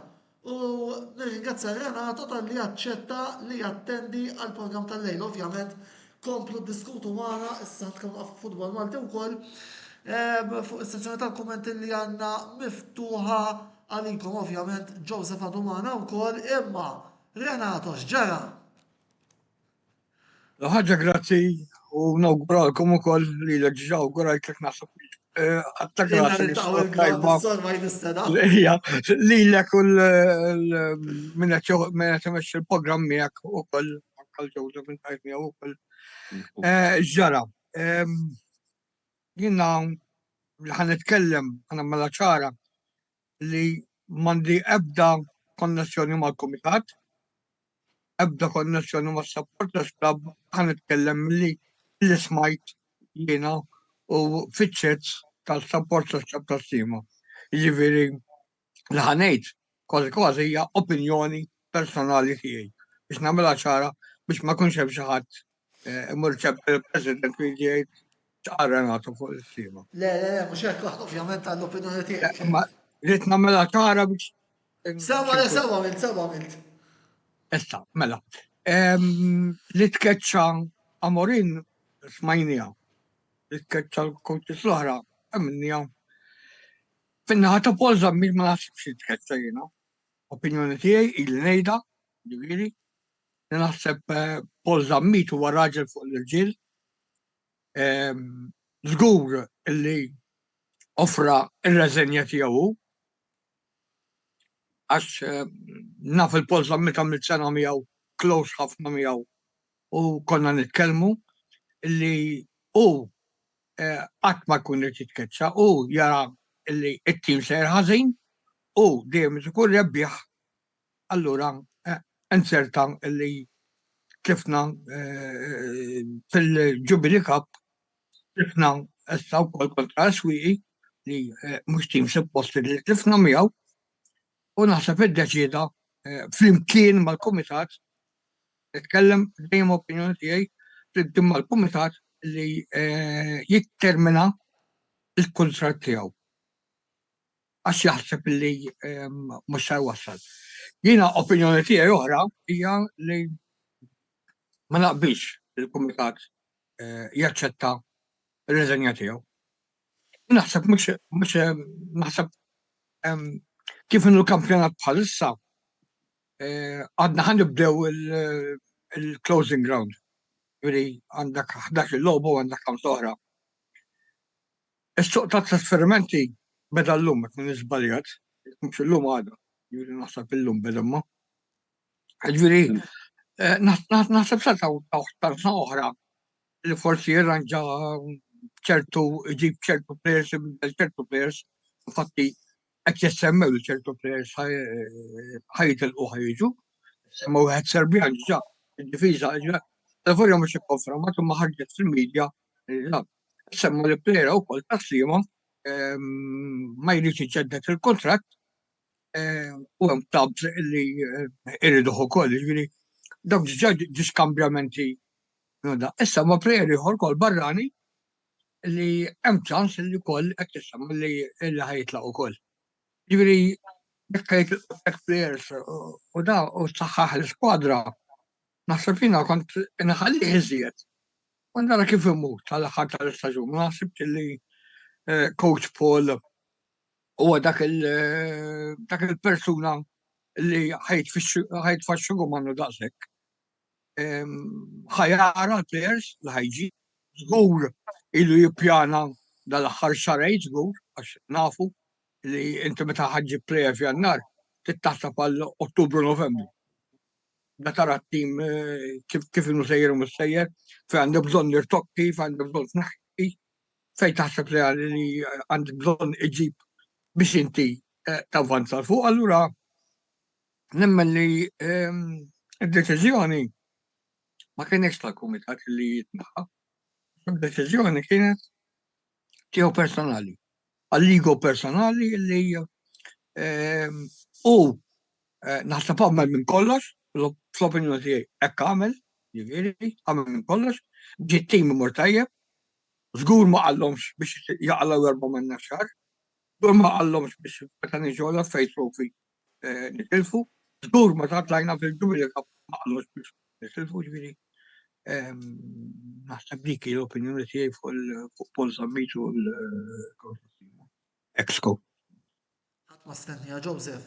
U ma rridux ninsew li dan anke ħanaraw għall-klassifika bħalissa Sliema Wanderers għadhom it-tielet b'25 punt ma' Valletta u teoretikament jekk jirbħu iż-żewġ lobijiet li għandhom ma' Marsa Xlok u ma' Hamrun u Hamrun titlef mal-Furjana għadhom biċ-ċans li jiġu t-tieni, jiġifieri.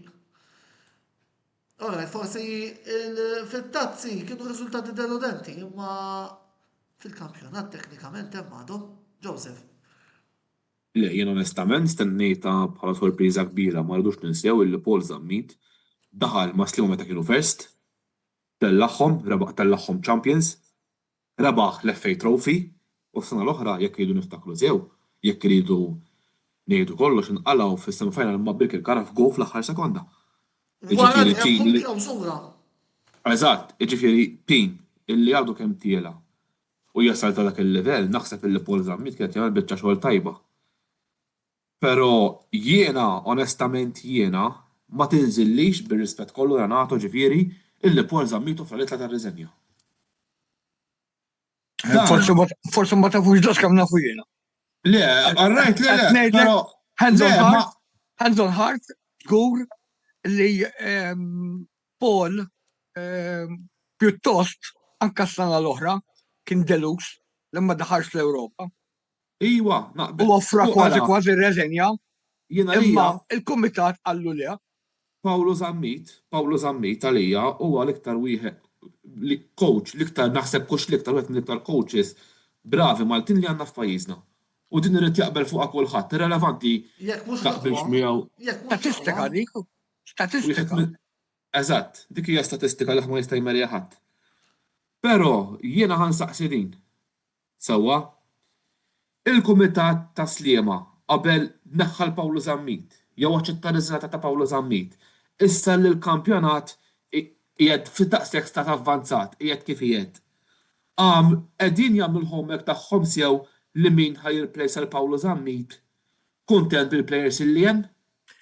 Ħan korreġi nara hija xi fatturi. Jiena bniedem lil Paul Zammit nirrispettah kemm bħala coach illi nafu minn dak il-żgħir kien jilgħab il-futbol miegħi kont nagħmlu jilgħab il-futbol jiena li kellu 7 snin. Jiġifieri naf x'inhu l-karattru tiegħu, naf x'inhu l-affarijiet tiegħu. Imma jekk Paul Zammit jgħid isma' jiena irrid iwarrab, naħseb biex Peri ma kkonvinċiex inja li kien konvint li iwarrab. Renato, Iva, Renato, però għandna Għaddi importanti, le għaddi huwa Le, smani, Renato, ma irridu nżommu f'ħaġa oħra. Mella jiena qed nistenna li minn ħina liħor Sliema Wanderers inħabbru replacement ta' Paul Zammit. Sewwa xi ħadd li tiġi coach sakemm ma jieħux xi ħadd li hemm bħalissa fil-klabb. Sewwa, ikun min Issa ikun. żgur ħajħu Noel Turner u. Eżatt, Noel Turner, eżatt, ikun min ikun. Forsi tieħu inti coach għandek l-ħsieb ma nafx jiena. Ara, nagħmel kollox imbarra coach. Eżatt.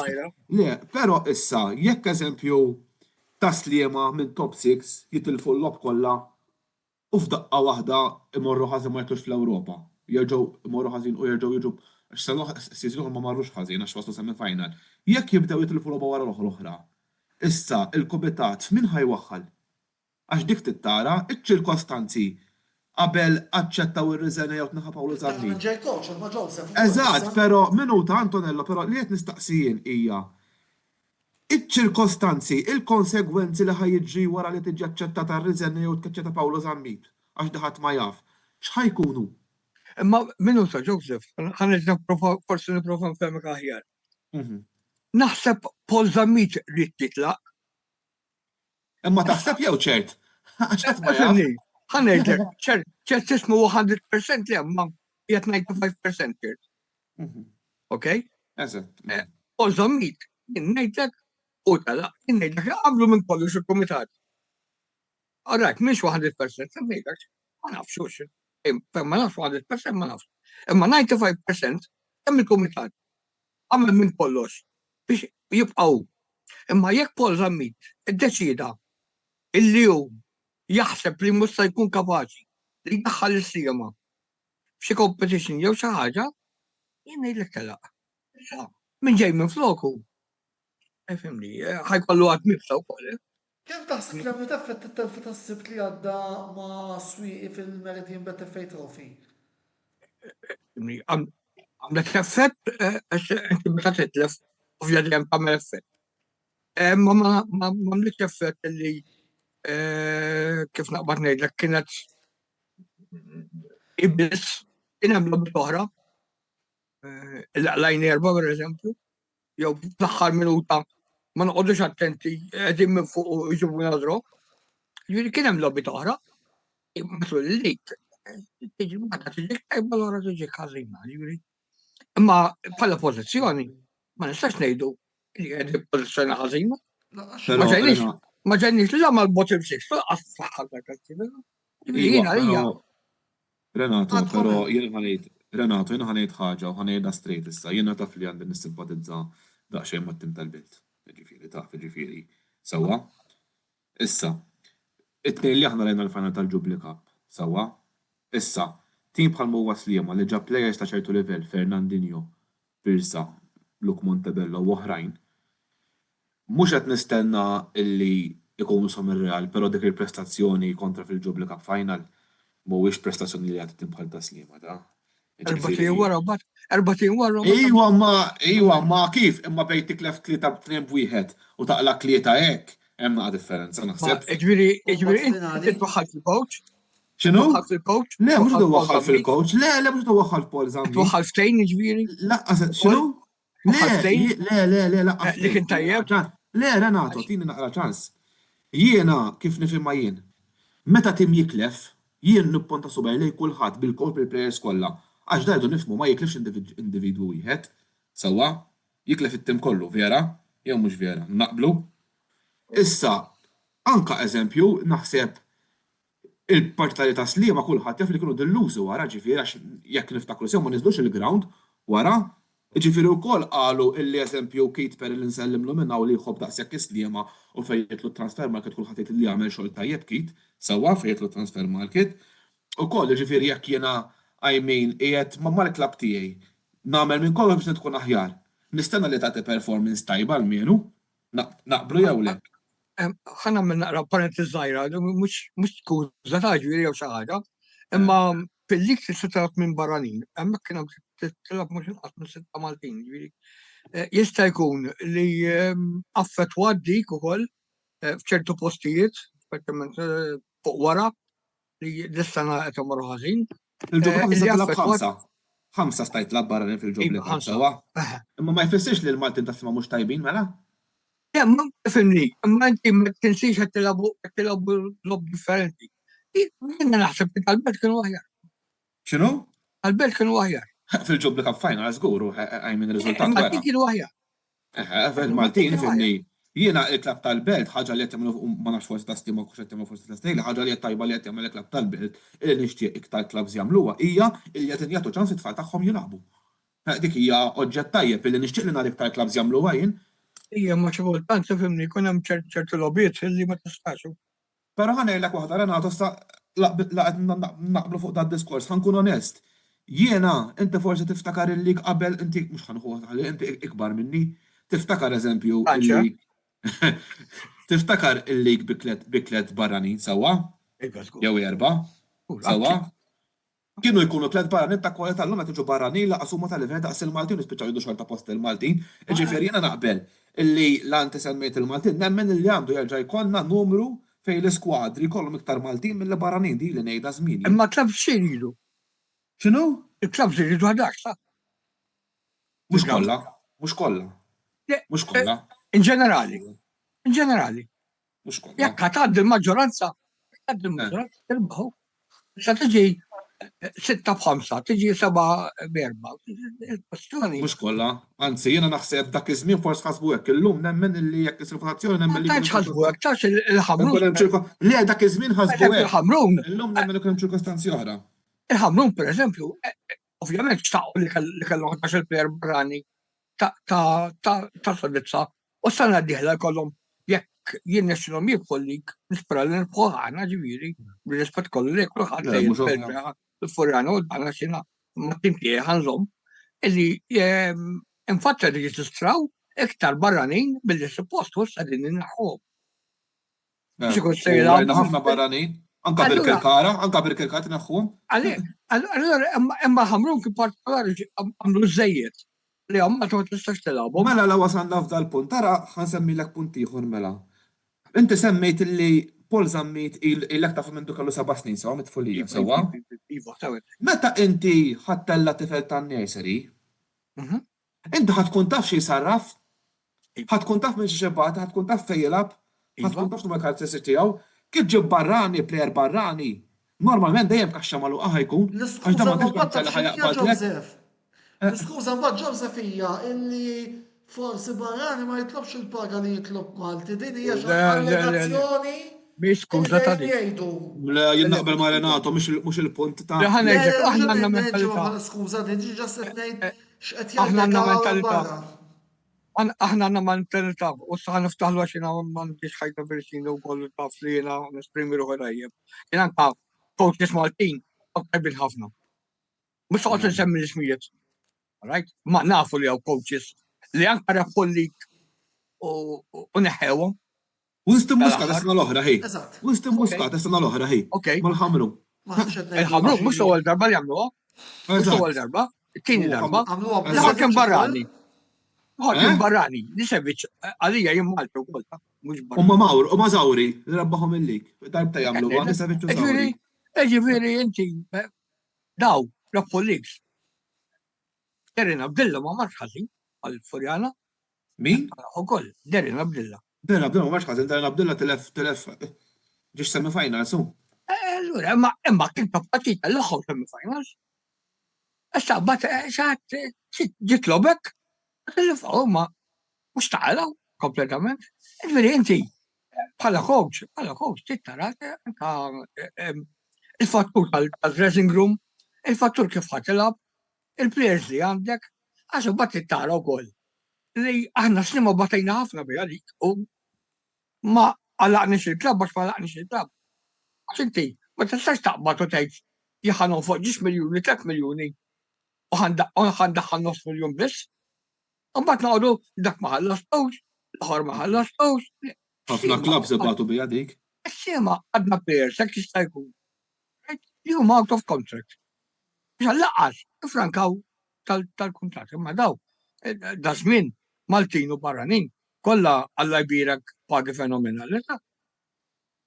Issa fil-ground il-coach, kull ma jgħidulhom tilagħbu, għax jiena ġilla rajta, kif jgħidulhom il-coach kif jilagħbu qabel il-partita, inkun fid-dressing room ġewwa, Meta toħroġ fil-dressing room tgħid dak mhux hekk qallu biex jagħmel.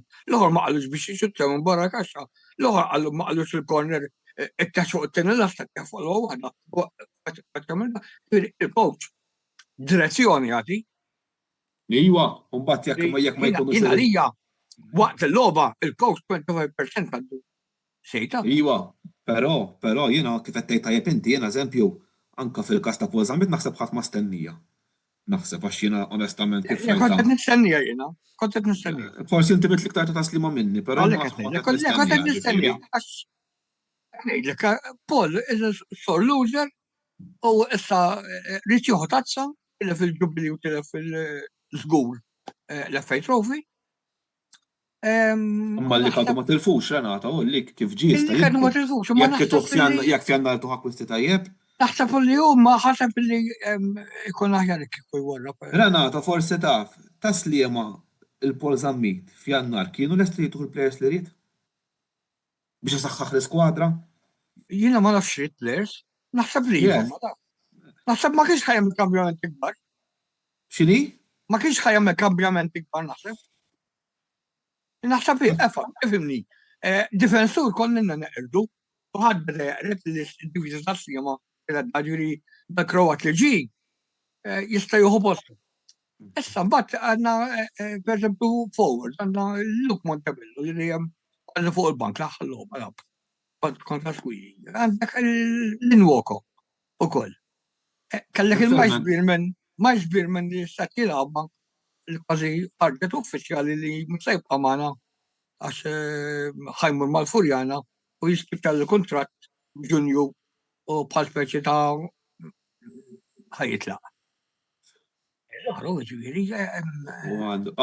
għet istenni play għan taslima li ġobna ħafna li forse Paolo ma tantx kien jużax Fernandinho. Fernandinho, għet ngħidlek għandu l-fluttu imma mbaw kol. Għax imbagħad tara il-formazzjoni li ħajjabbija coach. Ekku, iwa. Għandek il-Wesley li mhux ħażin laqas. Għandek il-Steve Pizzani li mhux ħażin ħafna. Ma Steve Pizzani għodja kisser ma sarrax jilgħab. Għandek il-Pirsha, jina lija, opinjoni tiegħi, dejjem jina tiegħi, li Steve Pizzani u Wesley huma tal-livell ta' Pirsha.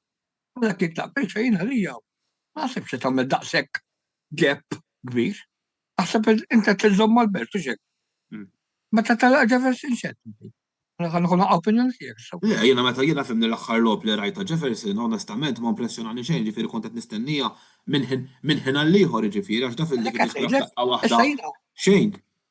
Jekk jitlaq Pirsha jiena lija. Ma naħsibx ikun għamilna telf kbir. Ma mhux lab ħażin Pirsha. Pirsha ħażin imma għandna plejers ma kien huwa tasu. Forsi nġibu għatajja. Ismani, Pirsa kien strumentali fil-sena li għadda tal-ħamrun, ta' Renato, ġviri, player tal-livell. ħanajdlek, inti player ma għalluk Montebello kien strumentali ma ħamrun, għata ġamana jgħat fuq il-bank. Issa, ta' stejt player strumentali. Imma Luke Montebello s-sena l-oħra bil-kemla, pal-ħamrun kien huwa waqfu f'nofstaġun ħabba l-inċident li kien ġara. Għabba kien għed t-skurjalu. Ma kienx jibda, mux dejjem kien jibda, ma. Ovvjament. Ejja naraw kif il-coach. Iwa, x'inhu? Eżatt, iwa. Naqblu imma ifhimni. Jiena tal-opinjoni tiegħi tiġibnieh biex jibdu jogħbi qiegħda. In-nwaqgħa talaq minn Mal-Furjana. In-nwaqgħa talaq minn Mal-Furjana xi ġimgħa jilgħab. Mela, kien dibattitu interessanti ħafna, jiena ħallejtkom ħafna tiddiskutu u Ġildu. Sfortunatament, il-ħin skada, nsellem ukoll lil Janika l-nam sertana li batetilna messaġġ sabiħ qed tgħidilna proset lil Antonello u lil kru tiegħu u nsellem ukoll lil Renato. Li ħafna lija. Ma kienx hemm xi messaġġ minn Brady? Brady taf kemm izzikani u meta konna hawn is-sibt. Taf kemm izzikani illum ma tkellimx. Salli ħafna li Inservik. ċertament li Brady żgur li qiegħed isegwi segwa dal-programm, però grazzi lilkom il-lejla li segwejtuna, grazzi wkoll tmur l-sponsors tagħna illi se naraw ukoll il-grafika tagħhom li huma El Catalan, Ejabet, Paper Avenue, The Barber Room u nilqgħu magħna lil Usa Spuso illi ser jkunu qegħdin jinaqdu magħna għal kumplament tal-istaġun. Infakkukom ukoll dan il-programm minn ftit se jkun disponibbli fuq il-YouTube channel tagħna għal daqstant tinsewx titlu tafsu subscribe ħalli ma titilfu xejn. 5 sekondi biss, għandha 5 sekondi biss. Xejn mill-kontenut illi ukoll aħna qed intellgħu minn ħina l-ieħor. Renato x'rid tgħidilna xi ħaġa? 5 sekondi biss. Nħeġġeġ is-supporters li għada jitilgħu il-ground u jkomplu jimxu wara t-tim. Grazzi. Eżattament, jiena u inti se nkunu l-ground żgur Renato. Jamil. Ovvjament għadha wara Ġumma siġġu. sewa l-logħba tas-6:30 bejn ħajbejn Suqżira u insomma matul l-logħba tas-6 li għandna fil-Premier se nkunu qegħdin naġġornawkom b'dak kollu li jkun ġara fil-ground rispettivi. Joseph ukoll għandu jaġġornana fuq il-logħba Valletta bil-Kirkara, jiena ħajkolli it-tlieta u il-ħamis għal daqstant segwu l-Kamra Sportiva għal iżid interventi. Il-programm li jmiss ser jixxandar nhar il-ġimgħa u ser ikun il-programm id-bassir fejn fih jiena u Roberto De Brincat ser ikunu qegħdin ukoll naġġornawkom fuq dak kollu illi se jkun qed nistennew għal tmiem il-ġimgħa li ġej. Sakemm raġaw niltaqgħu, ovvjament il-ġimgħa d-dieħla ma tkun il-programm. Lejla tajba u sena tajba. Ciao Joseph, jgħu għol.